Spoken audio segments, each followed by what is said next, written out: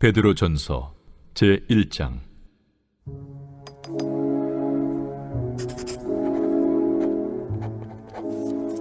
예수 그리스도의 사도 베드로는 본도, 갈라디아, 갑바도기아, 아시아와 비두냐에 흩어진 나그네, 곧 하나님 아버지의 미리 아심을 따라 성령의 거룩하게 하심으로 순종함과 예수 그리스도의 핏부림을 얻기 위하여 택하심을 받은 자들에게 편지하노니, 은혜와 평강이 너희에게 더욱 많을지어다. 우리 주 예수 그리스도의 아버지 하나님을 찬송하리로다.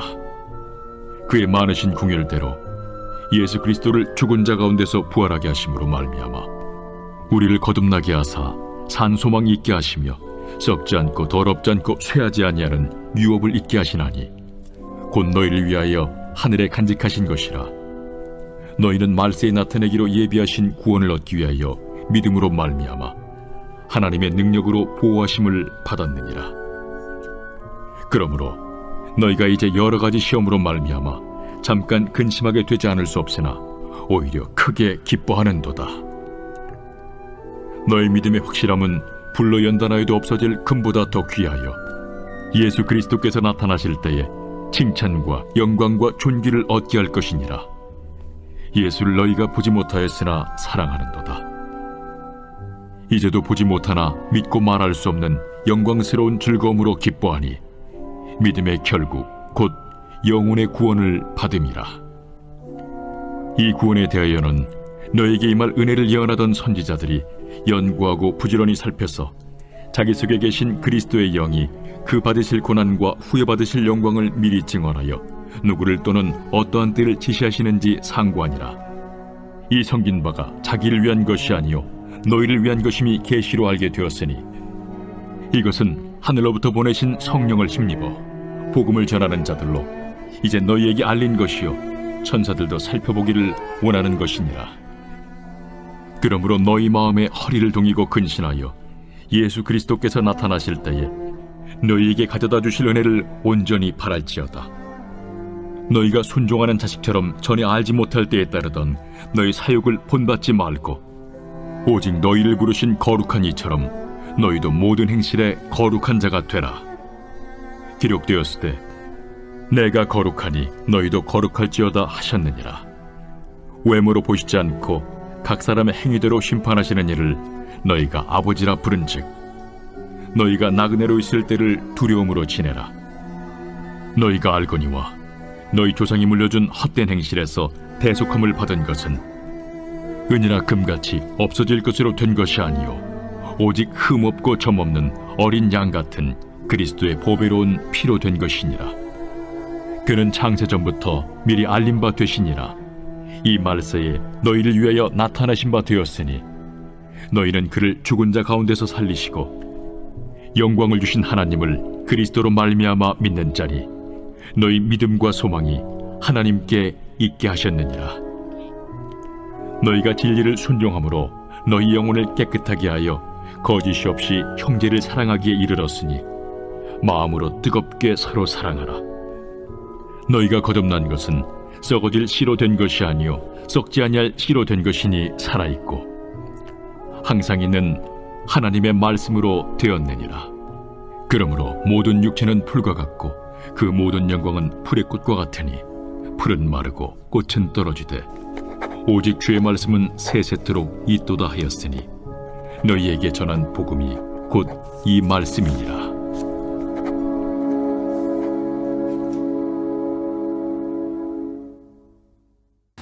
우리는 1세기 초대교회 공동체가 어떤 핍박과 박해 속에 있었는지 신앙 상식으로 알고 있습니다. 짐승의 탈을 뒤집어 쓰고 원형 경기장을 돌아다니다가 짐승의 밥이 되기도 하고, 또 거꾸로 십자가형을 당했던 베드로와 같이 십자가에 처형되는 일들도 있었고, 길거리 장대에 매달려서 기름이 부어지고 횃불처럼 타올랐던 사람들도 있습니다.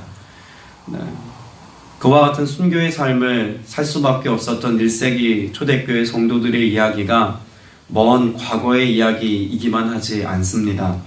우리가 살고 있는 동시대에도 박해나 시련과 믿음을 선택한 결과로 그들이 감당해야 될 몫이 상상을 초월하는 그런 삶의 어려운 시대를 우리는 살고 있습니다. 어제 오픈도의 선교회를 방문했습니다. 대표이사님과 간사님과 만나서 지금 이 땅에서 벌어지고 있는 2020년도 기준으로 해서 일어나고 있는 여러 박해 상황들에 관한 이야기들을 함께 이야기하고 아파하고 함께 기도하면서 하나님의 행하실 일들이 이 땅 가운데 혹 이와 같은 모습으로 드러나지 않기를 그런 바라는 마음을 가지고 함께 교제 시간을 갖기도 했습니다. 2020년 기준으로 순교, 그러니까 예수 믿다가 죽임당한 사람의 숫자만 해도 18,000명이 넘습니다. 2만 명 가까운 사람들이 순교를 당하였습니다. 그건 죽임당한, 순교를 당한 사람의 숫자만 그만큼입니다. 지금도 박해 가운데 있고 또 그 박해로 인하여서 어려움을 겪고 있는 지구상의 성도들의 숫자는 헤아릴 수 없이 많습니다.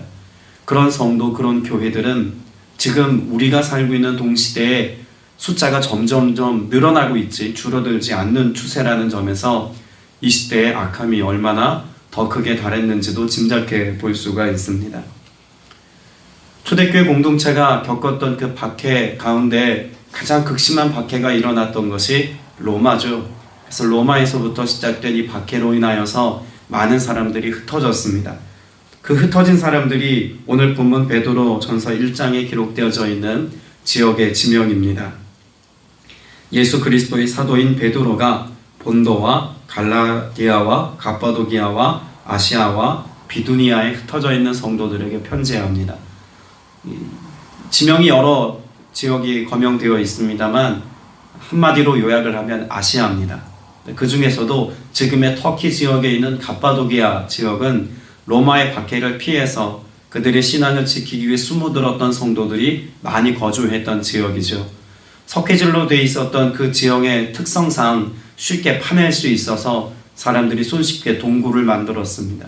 그래서 거기 거하여서 동굴, 그러니까 돌로 된 어떤 더미 위에 공간을 짓고 거기에 삶을 위탁했던 사람도 있고, 오히려 밑으로 땅을 파서 지하 100m 밑에까지 그렇게 땅을 파서 회당을 만들고 또 처소를 만들고 또 안식처를 만들어서 그들의 신앙을 지키기 위하여서 오랜 시간 거기에 함께 머물러 살았던 이들의 흔적이 지금까지 유적으로 남아있기도 하죠.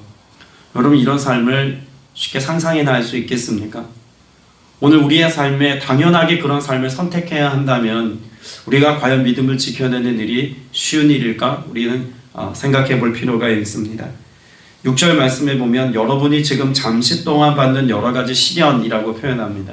잠시 동안, 얼마간의 기간이었을까요? 여러분, 역사적으로 볼 때 300년 넘는 시간입니다. 잠시 동안입니까? 성경은 잠시 동안이라고 기록하고, 물론 하나님의 시간표에 의해서 보자면 잠시 동안이지만 어떤 사람의 한 사람의 인생으로 놓고 보자면 그 사람은 태어나서 박해로 시작하였다가 죽는 순간까지 박해를 경험하다 죽었습니다. 어떻게 잠시 동안이라고 쉽게 단정지어 말할 수 있겠습니까? 한 사람의 개인의 입장에서 보면 결코 짧을 수만 없는 그런 박해 가운데 초대교회 성도들이 놓여진 상황이다라고 하는 것을 짐작해 볼 수가 있습니다. 이와 같은 상황 속에서도 하나님의 구원 역사는 계속 진행되고 있다는 것도 오늘 우리는 이 본문을 통해서 알 수가 있습니다. 세상의 모습은 박해이지만 하나님의 구원 역사는 신실하게 이어지고 있습니다. 어떻게 이어지고 있을까요? 어떤 사람들은 사도 바울이 환상 가운데 하나님의 개입하심으로 유럽을 가지 않고 아시아부터 왔다면 지금의 세상은 좀 달라지지 않았을까라고 이야기하는 분들도 분명 있습니다. 복음이 먼저 선포되어진 그 유럽 땅의 문명과 여러 가지 번영의 모습을 본다면 아시아가 그렇게 먼저 수혜를 입었다면 어땠을까? 이런 짐작을 하시는 분들도 있습니다. 그러나 그건 참 어리석은 이야기입니다. 어떤 점에서 그럴까요? 사도 바울이 유럽을 향해 갔다면 베드로는 지금 어디를 향하고 있습니까? 아시아를 향하고 있습니다. 그러니까 복음이 유럽에만 힘있게 전해졌던 게 아니라는 이야기입니다. 베드로를 통해서는 아시아에, 또 사도 바울을 통해서는 유럽에, 예수 그리스도를 통해서 일어난 십자가 사건이 역사 속에서 유럽과 아시아 전 영역에 걸쳐서 복음이 지금 흘러가고 있고 선포되고 있다는 것을 우리는 말씀을 통해서 알 수가 있습니다. 그 중에서도 우리가 하나님이 이 구원 역사를 주관하고 계시다는 것을 알 수 있는 대목이 비두니아에 흩어져서라고 기록되어져 있는 이 말입니다. 여러분, 흩어져서 라는 단어를 들으면 어떤 이미지가 제일 먼저 떠오릅니까? 로마에 박해가 있고 박해로 인하여서 흩어져 버린, 어쩔 수 없이 쫓겨가 버린 성도들의 모습을 생각합니다. 그런데 이 흩어진 성도들을 우리가 흔히 디아스포라라고 말합니다. 디아스포라라고 하는 말은 두 단어가 합성된 말입니다. 뿌려서 흩어놓다 라는 의미입니다. 어떤 말이라고요? 뿌려서 흩어놓다. 그러면 그냥 디아스포라 내지는 흩어져서 라고 하는 것을 생각해 보면 상황에 떠밀려서 사람들이 흩어진 것처럼 보이지만, 실제 디아스포라라고 하는 말의 의미를 보자면 누군가 뿌린 자가 있다는 것입니다. 누군가 뿌린 자가 있어서 흩어졌다는 이야기죠. 그러면 이 박해조차도 하나님이 구원의 역사를 온 땅에 이루기 위해서 하나님의 택한 사람들을 의도적으로 하나님이 뿌려놓으셨다라고도 볼 수 있다는 이야기입니다. 무엇을 위해서요? 온 땅의 구원 역사를 이루시기 위한 하나님의 구원 계획을 이루기 위해서. 여러분, 우리가 지금 겪고 있는 고난, 혹은 그것이 즐거운 일이든 만족스러운 일이든 슬픈 일이든 기쁜 일이든, 여러분, 역사의 주관자 되신 하나님께서 우리의 삶에 주권적으로 지금 개입하고 계시다는 것을 초대교회 공동체는 알고 있었습니다. 베드로가 지금 서두에, 편지를 쓰는 서두에 이런 말을 하고 있는 것은 그런 우리가 믿고 있는 하나님의 주권적 역사에 대한 동의를 위해서 이와 같은 표현을 쓰고 있다고도 볼 수 있습니다. 그러면 오랜 시간이 지나 오늘 이 베드로 전서를 읽고 있는 우리의 삶에는 어떤 질문이 있어야 합니까? 나는 하나님의 주권 아래 내가 오늘 살고 있다는 인식과 이해가 있는가? 여러분, 이것에 대한 질문과 답이 있어야 합니다. 내가 오늘을 경영하고 산다는 자기 인식을 가지고 살아가는 사람들이 더 많습니다. 나의 노력과 나의 최선의 삶의 결국으로 오늘의 내가 된다라는 인식을 가지고 살기도 하죠. 어제 전 국민적인 뉴스를 통해서 여러분 보신 사건이 있지 않습니까? 전 대통령의 그런 소천 소식이 많이 알려졌습니다. 또 어제 우리 화나 아이들을 돌보기 위해서 세브란스 병원에서 뇌전증 아이들과 함께 예배드리기 위해서 병원에 갔다가 방송국 차들이 막 즐비하게 늘어져서 있어서 무슨 일인가 싶었습니다. 보니까 그 일이 있었더라고요. 하루 종일 뉴스에 그 보도가 방송되었습니다. 역사적인 평가, 이런 것을 제가 다 내서 말하고 싶지는 않습니다. 근데 그 한 사람의 죽음을 두고 이런저런 평가들이 있습니다. 그 평가들을 두고선 우리는 옳다 그르다 논쟁하기도 합니다. 여러분, 사람의 인생을 두고 사람이 논쟁하는 것이 얼마나 큰 의미가 있을까도 한번 생각해 봅니다. 결국 우리는 그보다 더한 평가를 받아야 되는 때가 있습니다. 하나님의 심판 앞에서 우리는 어떤 존재로 살았는지에 대한 평가를 받아야 되는 때가 있다는 이야기입니다. 모든 영혼이, 모든 사람이 다 공평하게 하나님 앞에서 평가받아야 되는 때가 있습니다. 그런데 그와 같은 하나님의 심판대 앞에서 우리가 어떤 평가를 받는지는 무엇으로 결정됩니까? 믿음입니다. 어떤 상황과 형편 가운데 있다 할지라도 오늘 내가 예수 그리스도를 신뢰하는 믿음의 고백을 가지고 오늘을 살았는가?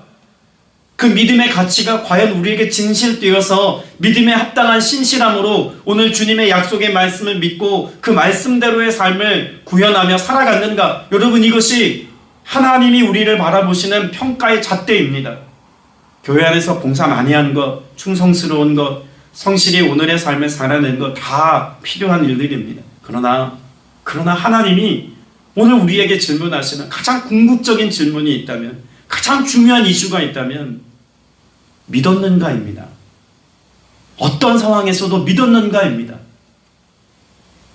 오늘 여러분은 믿음으로 사십니까? 아니면 오늘 나의 힘과 수고와 노력으로 살고 계십니까? 3절 말씀을 보면 3절이 이와 같이 고백하지 않습니까? 하나님께서는 그 크신 자비로 우리를 어떻게 하셨습니다? 새롭게 태어나게 하셨습니다. 성경은 우리를 가리켜서 새로운 피조물이라고 말합니다. 왜 새롭게 하셨습니까? 하나님과 교통하고 하나님과 친밀함의 교제 속에 있고 그 안에서 하나님의 것들을 누리며 살아가는 새로운 삶의 방식을 따라 하나님의 언약의 백성답게 살아가게 하시기 위해서 우리를 새롭게 하셨습니다. 그런데 하나님은 우리를 새롭게 하셨고 하나님은 우리를 새로운 것을 통해서 하나님의 것들을 공급해 주기를 원하시지만 우리는 자꾸 어디에 시선을 둡니까? 옛 것에, 이전 것에 마음을 두고 여전히 세속적 삶을 살아가는 것을 당연하게 여기며 살아갑니다. 요한복음 15장 11절에 뭐라고 말씀합니까? 내가 이것을 너희에게 이름은 내 기쁨이 너희 안에 있어 너희 기쁨을 충만하게 하려 함이라. 하나님이 우리에게 주신 것은 하나님의 기쁨입니다. 하나님으로 말미암아 기뻐하고 하나님께서 같이 있다고 말씀하시는 것들로 기뻐하고 그 기쁨의 고백을 빼앗기지 않을 수 있도록 기쁨의 주가 되신 예수 그리스도께서 우리와 영원히 함께 하시겠다고 말씀합니다. 이 기쁨은 어떤 것으로도 빼앗을 수 없는 기쁨입니다. 화이팅교회 사역을 같이 감당하면서 하나 가정들을 신방하고 그들과 함께 예배할 때마다 늘 감격하는 것이 있습니다. 아이들의 형편과 상황을 보면 기뻐할 수 없는 상황입니다. 때로는 절망합니다.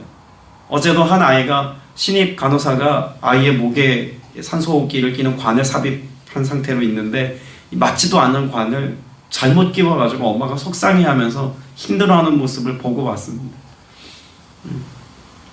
여러분, 내 아이가 호흡하는 것조차 자기 힘으로 할 수 없는 것, 그런 상황에서 끊임없이 병원에서 처방받고 조치받을 때도 어렵고 힘든 상황들과 직면하는 것, 약을 써야 하는 것, 치료받아야 되는 것, 정기적으로 병원에 입원해야 되는 것, 여러분 그 어떤 것 하나 기뻐할 만하지 못할 것 투성입니다. 그런데 세브란스 병원 그 번스 예배실에서 함께 가족들이 모여서 여러 하나들과 함께 예배하면서 마음 가운데 그럼에도 불구하고 예수 그리스도로 인하여 마음 가운데 소망을 품고 그 소망 안에서 함께 위로할 때 위로받고 기뻐하고 즐거워하며 찬양하고 하나님이 하실 일들을 여전히 기대하고 상황이 바뀐 것은 없지만 믿음의 성도들이 함께 교제할 때 서로 부둥켜 안고 함께 기쁨의 교제를 나누고 위로할 때 힘을 얻는 그 고백을 보면서 이것이 하나님 나라의 기쁨이라는 것을 새삼 깨닫게 됩니다. 기뻐할 만한 것 하나 없어도 여전히 감당해야 될 고난과 삶의 시련의 크기가 너무나 커서 눈물로 세월을 보내도 모자랄 인생이지만 예수 그리스도 안에서 혹은 예수 그리스도를 믿는 믿음의 지체들의 교제와 사랑 안에서 힘을 얻고 또 웃을 수 있고 또 기뻐할 수 있고 또 내일을 기약할 수 있고 아픈 아이들의 삶의 모습이지만 이 아이들을 통해서 하나님이 하실 일들을 또 바라보고 소명을 찾고 기도하는 그들의 모습 속에서 오히려 신방이 아니라 가서 위로받고 옵니다. 오늘 여러분 안에 그 평화가 있기를, 그 기쁨이 있기를 축복합니다. 여러분, 이것은요 세상이 주는 것과 결코 같을 수 없습니다. 무엇으로 인한 기쁨입니까? 첫째는 구원으로 인한 기쁨입니다. 그리고 구원을 이루시기까지 나를 사랑하신 그 하나님의 사랑으로 인한 기쁨입니다. 또한 이 땅에서의 삶에 국한된 인생이 아니라 영원을 바라보는 영생을 가진 자의 기쁨이라고 말할 수도 있을 것입니다. 그래서 우리에게 이 기쁨의 고백이 있기까지 하나님이 우리를 사랑하신다는 사실을 스바냐 3장 17절에서는 어떻게 말씀합니까?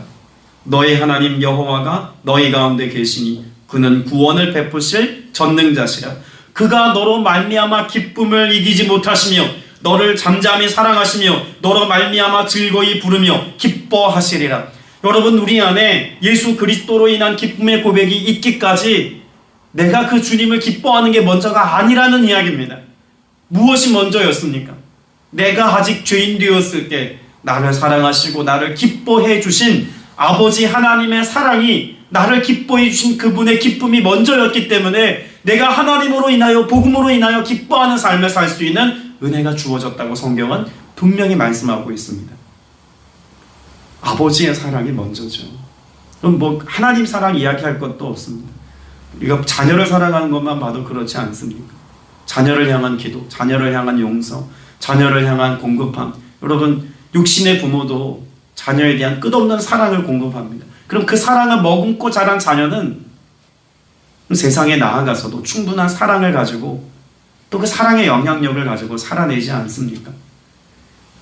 성경은 우리에게 분명히 그 아버지의 사랑이 먼저라고 말씀합니다. 그래서 그 아버지 안에 거하라고 말하지 않습니까? 빌립보서 4장 4절에 주 안에서 항상 기뻐하라 라고 말합니다. 우리의 주권자, 우리의 통치자, 우리의 왕, 우리의 창조주 그 하나님 안에 거할 때, 아버지 품 안에 있을 때 비로소 우리는 진짜 기뻐하는 삶을 살 수 있다는 이야기입니다. 시편 기자는 그래서 늘 무엇을 고백하며 기쁨을 노래하고 있을까요? 구원의 감격을 노래합니다. 시편 35편 9절에도 보면 내 영혼이 여호와를 즐거워하며 그의 구원을 기뻐하리로다. 아멘이십니까? 오늘 우리가 무엇으로 인하여 기뻐합니까? 통장의 잔고가 늘어나면 여러분 이것이 영원한 기쁨이 될까요? 물론 그것도 기쁨이다. 그것도 기쁨의 이유가 되죠. 어떤 목적을 가지고 쓰느냐가 중요하겠습니다만 재정이 늘어나는 건 좋은 일입니다. 내 자녀가 잘 되는 것, 내 손주가 형통한 것, 여러분 그걸 보는 게 기쁨입니까? 물론 기쁨입니다. 얼마나 큰 은혜고 감격이고 기쁨입니까? 그런데 여러분 이 기쁨과 감격이 영원하지 않다는 겁니다. 영원한 기쁨일 수 없다는 이야기입니다. 일시적이죠. 그런데 하나님이 우리에게 행하신 그 기쁨은 어떤 기쁨이라고 말씀하고 있냐면 내 영혼이 기뻐하는 기쁨입니다. 하나님으로 인하여 기뻐하는 기쁨입니다. 가장 본질적인 기쁨입니다. 그 어떤 것으로도 훼손되지 않는 기쁨입니다. 그 어떤 도전으로도 빼앗을 수 없는 기쁨입니다. 그 어떤 것으로도 우리의 것을 변질시킬 수 없는 궁극적인 기쁨입니다. 그 기쁨으로 인하여서 우리가 기뻐한다는 고백 뒤에 무엇이 따라옵니까? 구원의 기쁨을 이야기합니다. 여러분 그 궁극적인 기쁨은 예수 그리스도께서 우리를 위하여 십자가에 죽으시고 부활하셔서 우리에게 산 소망이 되어 주셨기에 누릴 수 있는 기쁨이라는 것입니다. 베드로가 지금 고백하고 있는 기쁨의 종류가 바로 그런 것입니다. 환원에서 앞서 전제하여서 지금 이 편지를 회람하고 있는 성도들의 상황이 어떠하다고요? 박해입니다. 아니 박해라고 하기에는 너무 죽음에 가까운 박해입니다.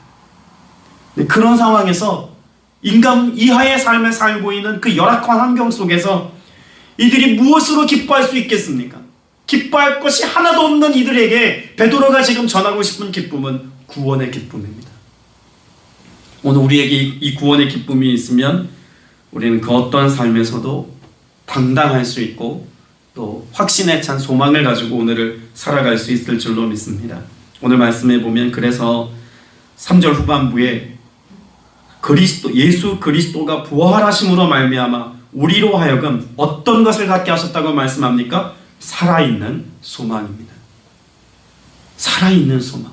여러분 살아있는 소망이라고 하는 것은 이 리빙 호프는 우리 안에서 끊임없이 역사하는 소망입니다. 그냥 잠깐 어떤 위로를 주기 위해서 일시적으로 머물렀다 떠나는 무언가가 아니라 소멸되는 무언가가 아니라 영원 가운데 우리에게 살아있어서 역사하는 소망입니다.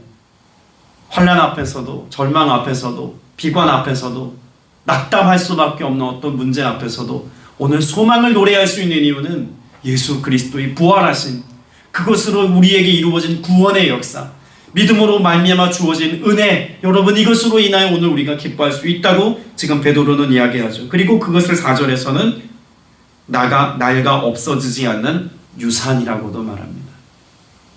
우리는 그 유산을 상속받은 하나님의 아들입니다.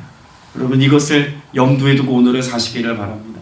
나에게는 구원의 유산, 영생의 유산, 하나님께서 우리에게 허락하신 하나님께 속한 것들에 대한 유산이 내게 있음으로 인하여 오늘 내가 기뻐할 만한 인생이라는 것을 여러분 고백하셔서 어떠한 슬픔 당할 만한 일 앞에서도 시련 앞에서도 기쁨을 빼앗기지 않는 믿음의 성도의 삶 살게 되시기를 주님의 이름으로 축복합니다. 기도드리겠습니다. 은혜가 풍성하신 아버지 하나님, 오늘 이 전에 모여 예비한 주의 권속들 여호와로 말미암아 기뻐하기를 원합니다. 나의 구원의 하나님으로 말미암아 기뻐하기를 원합니다. 우리가 그 신앙의 본질을 잃어버리지 않고 오늘을 살아갈 수 있기를 원하오니 하나님 우리에게 허락하신 잠시 있다 사라지는 것들로 기뻐하지 않게 하게 하시고 주신 이로 기뻐하며 주신 이로 감사하며 주신 이로 만족할 수 있는 우리 모두가 되게 하여 주시옵소서. 성령님 오늘도 우리에게 말씀을 듣게 하셨습니다.